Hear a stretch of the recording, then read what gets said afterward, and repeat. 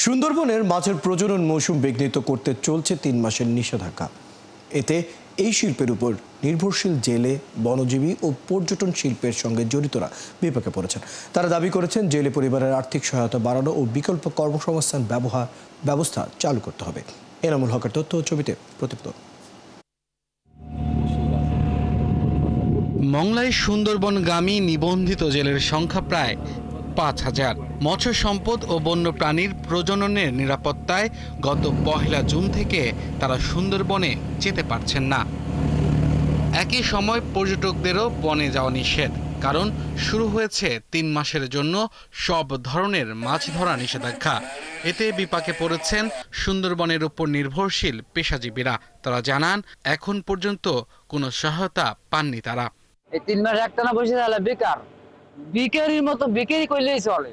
কারণ আমাকে ব্যবসায় আমাকে ইনকাম হয়েছে, ইনকামের সোর্স হয়েছে সুন্দরবন নিয়ে। খুব কষ্ট হবে জাল না টানতে পেলে খাবো কি, খুব রিস্ক, খুব কষ্ট হয়। ৩ মাস বন্ধ দেয়, ৩ মাস তো আমরা চলে ফিরে খাইতে পারি না, কোনো কাজকর্ম করতে পারি না। যখন নিচে যাই এক নৌকা ধরিয়া ৩,০০০, ৪,০০০, ২,০০০, ৫০০, ৭০০ এর নিচে আমাকে নামতে দেয় না। আমাকে পাস করা থাকে, তারপরও আমরা যাইতে পারতেছি। মোয়াল ও কাঠ কাটার বাওয়ালিদের জন্য পারমিট দেয়া বন্ধ রয়েছে। ৩ মাসের নিষেধাজ্ঞায় ক্ষতির মুখে পড়েছেন তারাও।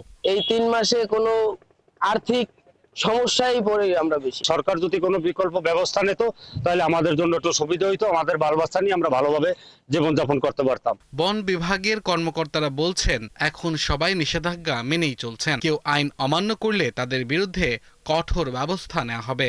এই যে ৩ মাস, এই ৩ মাসে প্রজনন মৌসুম, মাছ এবং অন্যান্য বন্যপ্রাণী প্রজনন হয়। এই প্রজনন মৌসুমে যদি আপনার কোনো ট্রলার বা পর্যটক ঢোকে, তখন তাদের প্রজনন ডিস্টার্ব হয়। বন বিভাগের দেওয়া তথ্য অনুযায়ী সুন্দরবনের ৬,০১৭ বর্গ কিলোমিটারের মধ্যে জলভাগ ১,৮৭৪.১ বর্গ কিলোমিটার। এখানে রয়েছে ৪৭৫ প্রজাতির মাছ, ২৪ প্রজাতির চিংড়ি, ১৪ প্রজাতির কাঁকড়া, ৪৩ প্রজাতির মালাস্কা ও ১ প্রজাতির লবস্টার। আব্দুল আল মামুন, ৭১।